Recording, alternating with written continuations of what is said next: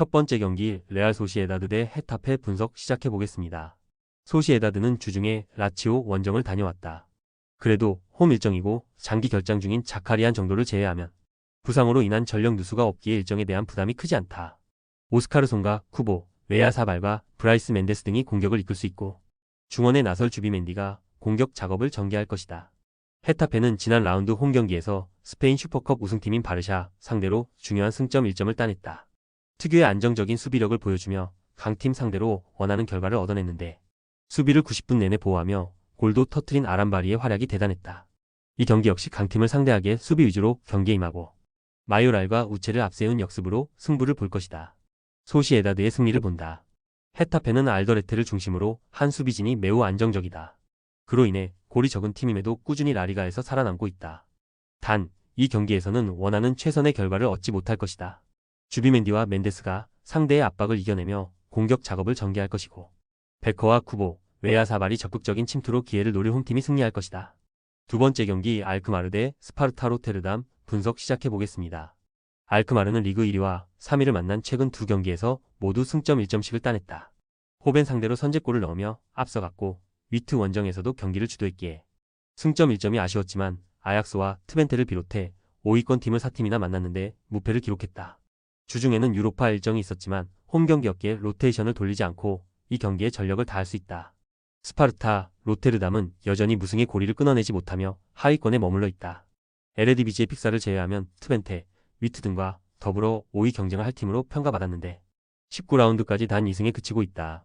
그나마 최근 두 경기에서 승점 추가를 하긴 했지만 리그 최하위인 발베이크 상대로도 홈에서 비긴 건 아쉬운 결과다. 알크마르의 승리를 본다. 3일간 2경기 일정이긴 하지만 홈 연전이기에 미나스와 클라시에 등 시즌 내내 팀의 중원을 지키는 중앙 미드필더들이 정상적으로 경기에 나서며 원정팀 중원을 압도할 수 있다. 최전방 스트라이커인 페럿의 안정적인 마무리 외에도 라도와 미어딩크가 측면에서 기회를 만들 알크마르가 승리할 것이다. 세 번째 경기 랑스 대 앙제 분석 시작해보겠습니다. 랑스는 최근 3경기에서 2패를 당했다. 르아브르 원정에서 승리하긴 했지만 툴루즈와 파리 생제르맹 등에 패했다. 파쿤도 메디나를 중심으로 사르가 중심을 잡는 수비진은 쉽게 무너지지 않고 있지만 골이 기대만큼 터지지 않고 있다. 은졸라와 소토카 등 능력 있는 공격수들이 있고 코스타와 풀기니 등이 조커 역할을 하고 있는데 지난 시즌만큼의 화력은 아니다. 그래도 토마손의 중원 존재감이 확실하기에 홈에서 반등을 노린다. 앙제는 최근 3연승에 성공하며 강등권을 벗어났다. 브레스트와 오세르 등을 상대했는데 연승 기간 동안 모두 멀티골을 터뜨렸다. 에스테반 르폴이 연승 기간 4골을 몰아쳤고 압델리의 공격 가담도 원활했다. 아커스와 한인 등 측면 수비로 나선 선수들의 공수 존재감도 좋았기에 이 경기를 통해 연승의 기세를 이어가려 할 것이다. 랑스의 승리를 본다. 앙제가 몽펠리에 상대로 원정 승리를 따내는 등 최근 분위기가 좋지만 시즌 내내 원정 경기력은 기복이 있었다. 앙디 디우프의 수비 지원 아래 토마손이 경기 내내 팀 공격 전개를 책임질 수 있고 은졸라와 사이드가 문전 침투로 해결할 랑스가 승리할 것이다. 네 번째 경기 낭트 대 리옹 분석 시작해보겠습니다. 낭트는 4경기 연속 승리를 따내지 못하며 잔류권 커트라인에 걸려있다. 릴과 모나코 등 강팀 상대로 승점 1점씩을 따내긴 했지만 시즌 전 기대에 비해서는 아쉬운 성적이다.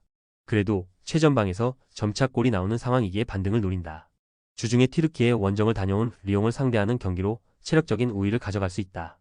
시모니보다 공격적으로 측면 돌파에 나설 것이다. 리옹은 후반기 성적이 다소 아쉽다. 브레스트와 툴루즈 등 중위권 팀들 상대로 두 경기에서 승점 1점 추가에 그쳤고 주중 유로파 원정에서도 페네르바체와 무승부를 기록했다. 파리가 독주하는 리그앙에서 2위권 추격을 노리는 팀인데 보다 승점 추가를 해야 한다. 그래도 니아카테와 마타, 타글리피아코 등이 나서는 수비 라인은 두 경기 연속 클린시트에 성공했다. 리옹의 승리를 본다. 3일간 2경기의 타이트한 일정이지만 베레타우트와 누아마, 칼레타카 등 주중에 짧게 뛴 선수들이 풀타임을 소화할 수 있다. 또 홈에서 승점 3점이 필요한 낭트가 공격적으로 경기에 임할 것이기에 수비진의 부담이 커질 것인데 라카제트와 벨라마, 세르키가 역습으로 기회를 볼 수 있다. 다섯 번째 경기 툴루즈 대 몽펠리에 분석 시작해보겠습니다. 툴루즈는 최근 두 경기에서 승점 1점 추가에 그치며 상위권 추격에 실패했다. 그래도 FA컵 우승 이후 주축 선수들이 여러 팀을 떠났음을 감안하면 파리가 아쉬운 성적은 아니다. 달린가의 이적 이후 팀의 주포로 자리 잡은 아부크랄이 6골로 팀 공격을 잘 이끌었고 조슈아 킹도 최전방 공격수로 존재감을 보여주고 있다. 카세레스 주니어의 중원 경기력도 안정적이기에 3위권 추격을 노린다. 몽펠리에는 리그 최하위에 머물며 강등 가능성이 높아지고 있다. 그래도 직전 홈경기에서 리그 상위권 팀인 모나코를 잡고 연패를 벗어났다. 앙제와 리옹 등에 패하며 강등권 탈출이 어려워 보였는데 최전방 공격수로 출전한 무사 알 타마리가 멀티골을 터뜨렸다. 그러나 이번 라운드에서 난적 툴루즈를 원정에서 만나기에 무리한 공격 운영은 어렵다. 툴루즈의 승리를 본다. 몽펠리에는 중앙 미드필더인 페리가 징계로 이 경기에 나설 수 없다. 공격의 시발점 역할을 하는 베테랑 미드필더 사바니어가 볼란치로 나서야 하는데 카세레스와 자이리가 중원을 지킬 툴루즈 상대로 우위를 점하기 어렵다. 아부크랄과 조슈아 킹의 안정적인 마무리가 기대되는 툴루즈가 승리할 것이다. 6번째 경기 에스턴 빌라 대 웨스트햄 분석 시작해보겠습니다. 빌라는 주중 챔스에서 모나코에 패했다. 그래도 24강 플레이오프행을 사실상 확정했기에 비교적 편한 상황에서 이 경기에 임할 수 있다. 모나코 원정 이후 휴식할 시간도 있었기에 일정에 대한 부담도 크지 않다.